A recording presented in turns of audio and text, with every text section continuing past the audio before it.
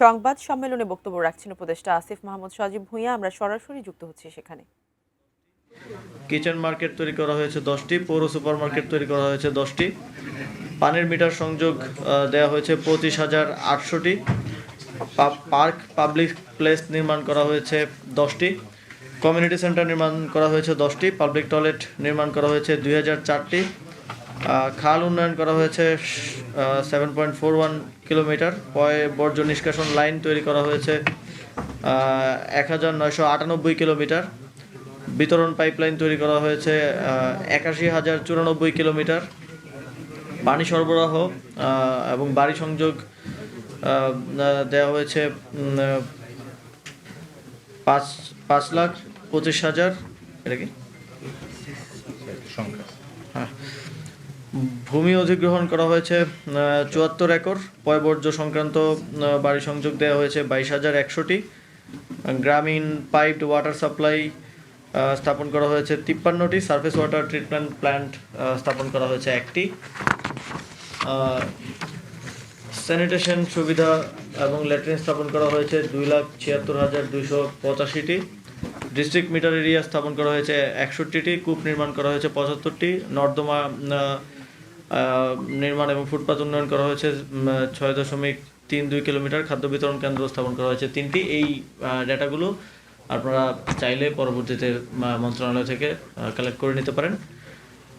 আর যে প্রকল্পগুলো নেওয়া হয়েছে, প্রকল্পগুলোর তালিকা যদি বলি, উপজেলা, ইউনিয়ন ও গ্রাম সড়কে দীর্ঘ সেতু নির্মাণ কাজের সম্ভাব্যতা যাচাই ও ডিটেল ডিজাইন প্রণয়ন প্রস্তাব শীর্ষক প্রকল্প, Bangladesh sustainable recovery emergency preparedness and response project be strong, Netrokona জেলার ক্ষুদ্র নৃগোষ্ঠীর জীবনমান উন্নতিকরণে পল্লী অবকাঠামো উন্নয়ন প্রকল্প, সাভার ও আশুলিয়া শিল্পাঞ্চলের যোগাযোগ ব্যবস্থার উন্নয়ন প্রকল্প, ফেনী জেলার সদর উপজেলাধীন কাটামোবারক ঘোনা চরকালিদাস সড়কে ফেনী নদীর উপর সেতু নির্মাণ প্রকল্প, দুর্যোগে ক্ষতিগ্রস্ত বহুমুখী আশ্রয় কেন্দ্রসমূহ পুনর্বাসন প্রকল্প, integrated service and livelihood for displaced people for Myanmar and host communities প্রকল্প, resilient urban and territorial development project, Chapainawabganj পৌরসভার ড্রেনসমূহের আউটফল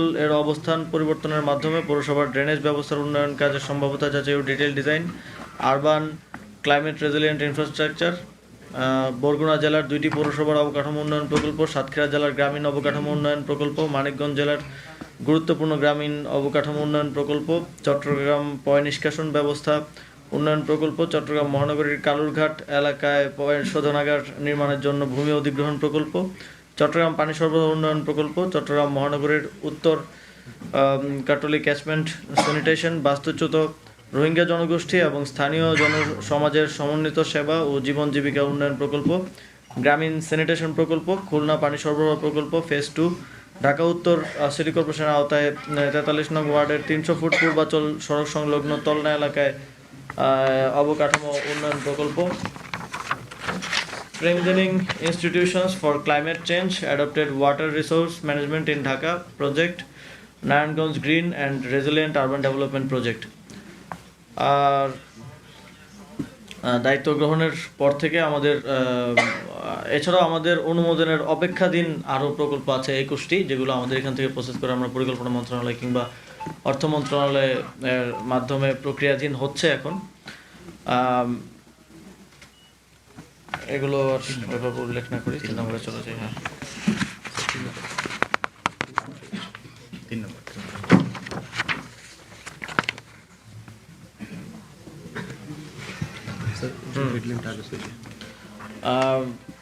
2024-25 অর্থ বছরে এলজিইডির যে লোকাল গভর্নমেন্ট ইঞ্জিনিয়ারিং ডিভিশন আছে, তারা যেই কাজগুলো করেছে সেগুলো যদি উল্লেখ করি, উপজেলা সড়ক নির্মাণ 300 কিলোমিটার, ইউনিয়ন সড়ক নির্মাণ 900 কিলোমিটার, গ্রাম সড়ক নির্মাণ পুনর্নির্মাণ 3500 কিলোমিটার, পাকা রাস্তা রক্ষণাবেক্ষণ 8,750 কিলোমিটার, ব্রিজ নির্মাণ 21,500 মিটার, বাঁধ নির্মাণ 40 কিলোমিটার, ড্রেন নির্মাণ 200 কিলোমিটার, নির্মিত পাকা সড়ক প্রশস্ত ও শক্তিশালীকরণ 700 কিলোমিটার, কালভার্ট নির্মাণ 500 মিটার।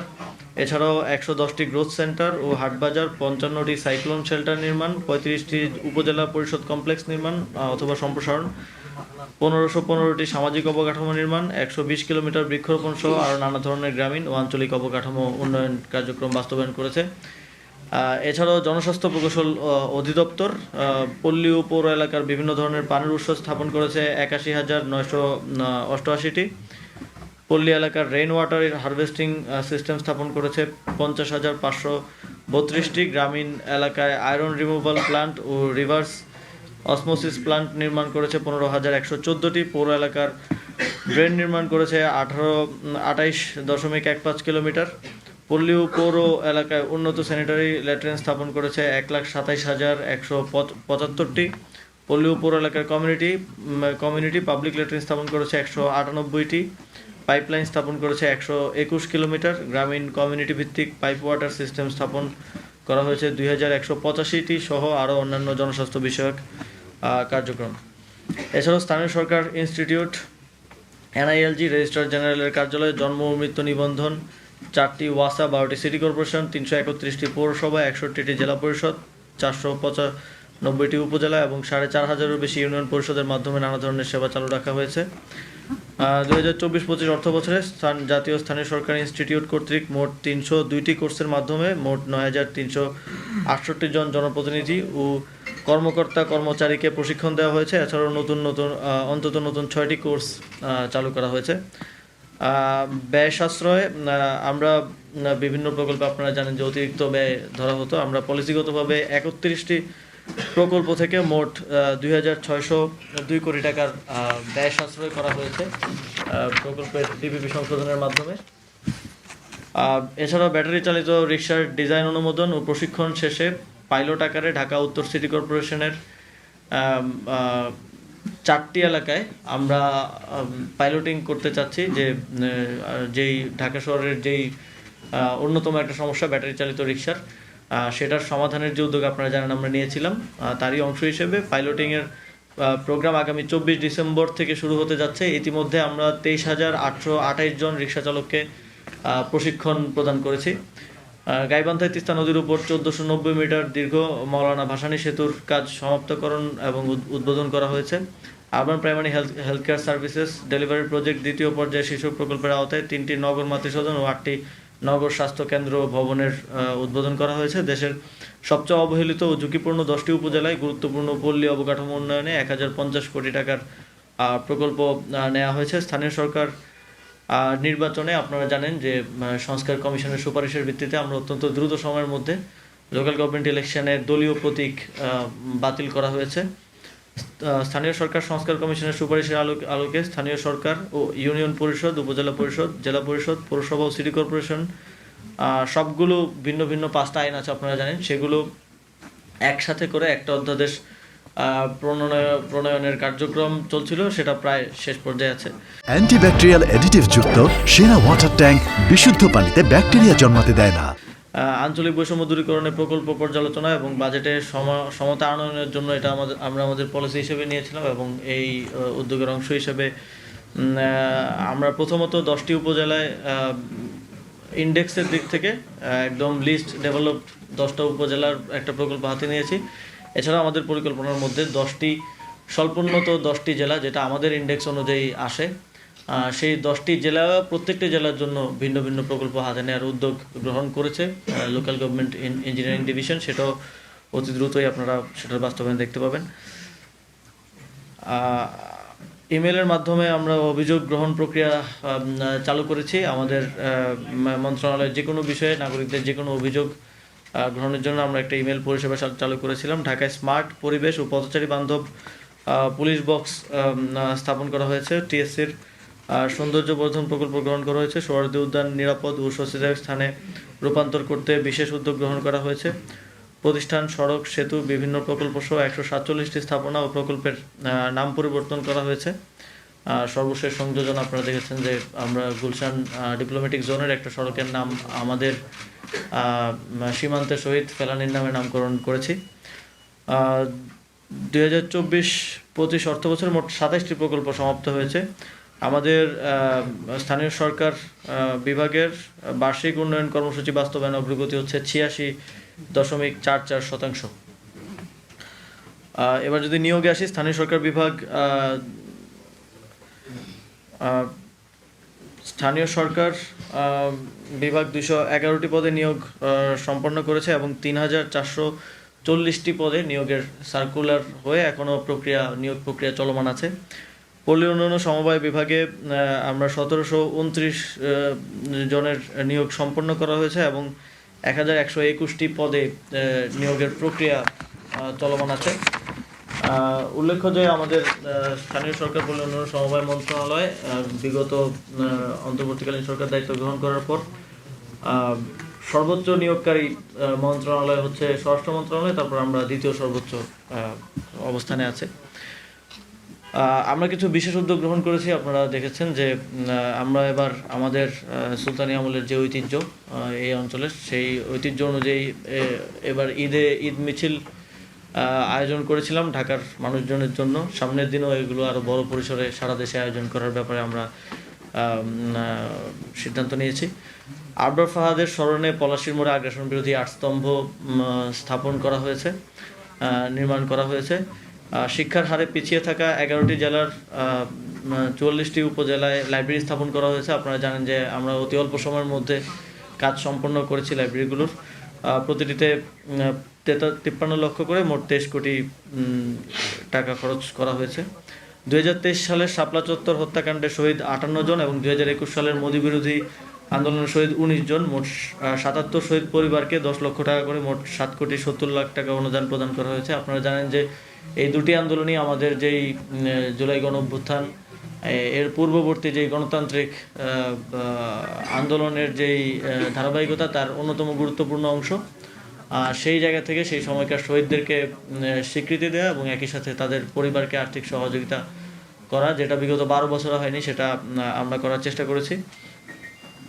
জুলাই গণঅভ্যুত্থান সংশ্লিষ্ট আমাদের স্থানীয় সরকার পল্লী উন্নয়ন সমবায় মন্ত্রণালয় কিছু উদ্যোগ লাগে চাকরিতে আবেদন করতে, সেটা জনপ্রশাসন মন্ত্রণালয়ের সহযোগিতায় মাত্র 50 থেকে 200 টাকার মধ্যে নিয়ে আসা গেছে।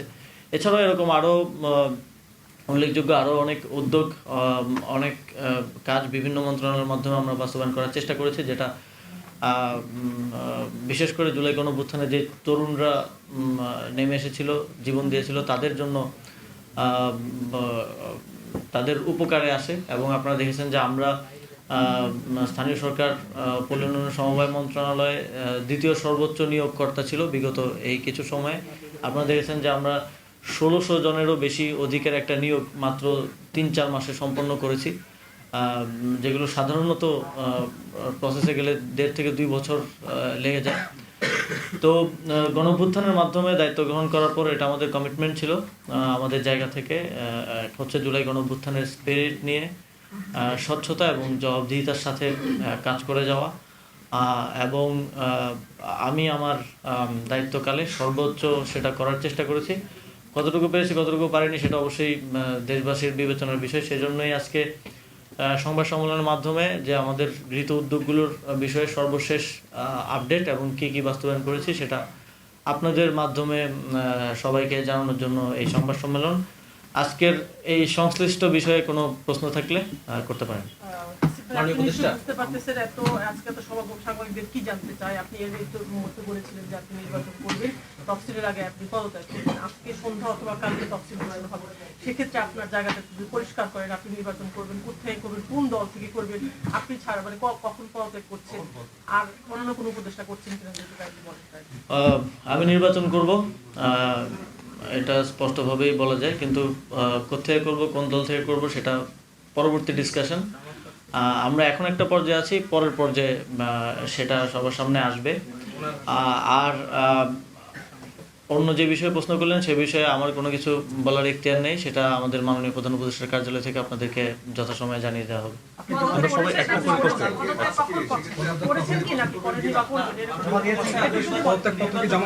এ বিষয়ে আমার কোনো কিছু বলার অনুমতি নেই, এটা মাননীয় প্রধান উপদেষ্টার দপ্তর থেকে আপনাদেরকে জানিয়ে দেওয়া হবে, মাননীয় প্রধান উপদেষ্টার প্রেস উইং থেকে আপনাদেরকে জানিয়ে দেওয়া হবে। উপদেষ্টা পদে থেকে নির্বাচন করার সুযোগ নেই। তো সেক্ষেত্রে তফসিল যেহেতু ঘোষণা হচ্ছে, আপনি কি এর আগে আসলে পদত্যাগ করছেন কিনা, যেহেতু এটা ইতিমধ্যে আমি নিজেও বলেছি যে উপদেষ্টা পদে থেকে নির্বাচন করা উচিত না, যদিও আইনগত কোনো বাধ্যবাধকতা এক্ষেত্রে আসলে নেই। এবং আমি যেটা নিজে বলেছি সেটা আমি নিজেও প্র্যাকটিস অবশ্যই করব। তবে এই বিষয়ে ফার্দার কোনো ইনফরমেশন দেওয়ার সুযোগ আমার নেই। এটা আমাদের মাননীয় প্রধান উপদেষ্টার দপ্তর থেকে আপনাদেরকে জানিয়ে দেওয়া হবে, আর সেটার জন্য একটু অপেক্ষা করতে হবে। আগে যে কালচারটা ছিল যে সবকিছু ধোঁয়াশা, আপনারা এসেছেন একটা ট্রান্সপারেন্ট ওয়েতে বিদায় নেওয়ার সুযোগ এসেছে। আপনি নিজে পদত্যাগ করবেন কিনা সেটা আপনার তো বলার আমাদের জানার অধিকারও আছে। আমি তো এখনো একটা সিস্টেমের মধ্যে আছি, তো আমাকে সিস্টেম ফলো করতে হয়। আমাকে যদি আমার উপর থেকে কোনো নির্দেশনা আছে সেটাকে আমার মেনে চলতে হয়। তো সেই জায়গা থেকে এই বিষয়ে আমি এখন আজকে কিছু বলতে পারছি না। এটা মাননীয় প্রধান উপদেষ্টার দপ্তর থেকে আপনাদেরকে জানিয়ে দেওয়া হবে। এই বিষয়টা আর লেনদেন না করি। আর কোনো প্রশ্ন থাকলে এই এতদিন দায়িত্ব পালন করেন, যেহেতু নির্বাচন করেন 2 দিন আগে আপনি এতদিন দায়িত্ব পালনের ক্ষেত্রে উপদেষ্টা হিসেবে খুব গুরুত্বপূর্ণ সুখকর ঘটনা আর সবচেয়ে তিক্ত ঘটনা যেটা নিয়ে আপনি হয়তো বিদায় নেবেন, এরকম দিয়ে একটা অভিজ্ঞতা যদি করেন। সেভাবে আসলে ডিস্টিংগুইশ ভাবে চিন্তা করার মতো সময় হয় নাই। তবে এই দায়িত্বে থাকাকালীন অবশ্যই আওয়ামী লীগের বিদায় নেওয়ার পরে বাংলাদেশে বাক স্বাধীনতা পুনঃপ্রতিষ্ঠিত হয়েছে। তবে আমি মনে করি কোনো কোনো ক্ষেত্রে আমার ক্ষেত্রে বাক স্বাধীনতার অনেকে অপপ্রয়োগও করেছেন, অনেক সংবাদ মাধ্যমও করেছে, যদিও আমাদের জায়গা থেকে আমরা সেটা পরিষ্কার করার চেষ্টা করেছি। বাক স্বাধীনতা থাকবে এবং সেটার যেন প্রকৃত ব্যবহারটাও সবাই নিশ্চিত করে, সদ্ব্যবহারটা নিশ্চিত করে, এটাই আমার প্রত্যাশা থাকবে। এবং এটা আমার দিক থেকেও আমি প্র্যাকটিস করার চেষ্টা করব এবং আপনাদের দিক থেকেও আপনারা করবেন, এটাই প্রত্যাশা থাকবে। মিনিস্ট্রি কেন্দ্রিক অভিজ্ঞতা, যে কয়েকটি মিনিস্ট্রিতে দায়িত্ব পালন করছেন সেই কেন্দ্রিক অভিজ্ঞতা, যেহেতু আজকে আপনার উন্নয়নের পরিস্থিতি আপনি দিয়েছেন, ভালো মন্দ মিশন যদি বলেন। মিনিস্ট্রি কেন্দ্রিক অনেক ধরনের অভিজ্ঞতাই হয়েছে, অনেক কিছুই হয়তো বলা যায় না। তো আসলে এই ধরনের পর্যায়ে কাজ করতে গেলে নানা ধরনের জটিলতা যেমন আছে। বিগত এই প্রায় 1.5 বছরে আমার মনে হয় যে আমি এর আগের আমার জীবনে প্রায় 25 বছরে যা শিখেছি তা এই 1.5 বছরেই তার থেকে অনেক বেশি শিখতে পেরেছি। এটা আমার জন্য একটা লার্নিং প্রসেস ছিল। তবে আমার দিক থেকে আমার উদ্দেশ্য সবসময় খুব স্পষ্টভাবে এটাই ছিল, যেহেতু অনেক মানুষের জীবন দেওয়ার মধ্য দিয়ে আমরা এই দায়িত্ব পেয়েছি, সেই জায়গা থেকে সর্বোচ্চ স্বচ্ছতা, নিষ্ঠা এবং জবাবদিহিতার সাথে কাজ করা এবং যেই দায়িত্বটা পেয়েছি, যেই সময়ের জন্য, যতটুকু সময়ের জন্য পেয়েছি, সেই সময়ের সর্বোচ্চ ব্যবহার করার, সদ্ব্যবহার করার চেষ্টা আমি করেছি। এবং আমার সাথে যারা আমার সহকর্মী ছিলেন তাদেরকেও অনেক সময় অফিস টাইমের বাইরেও অতিরিক্ত কাজ করতে হয়েছে, কারণ আপনারা দেখেছেন যে আমরা স্বাভাবিকভাবে অন্যান্য বিভিন্ন মন্ত্রণালয়ের থেকে অনেকাংশে অনেক বেশি উদ্যোগ গ্রহণ এবং বাস্তবায়ন করেছি। ফলে আমি আমার টিমকেও বিশেষভাবে আজকের দিনে ধন্যবাদ জানাতে চাই এবং আপনাদেরকেও ধন্যবাদ জানাতে চাই। আপনারা সবসময় আমাদের কাজগুলোকে জনগণের সামনে উত্থাপন করতে সহযোগিতা করেছেন।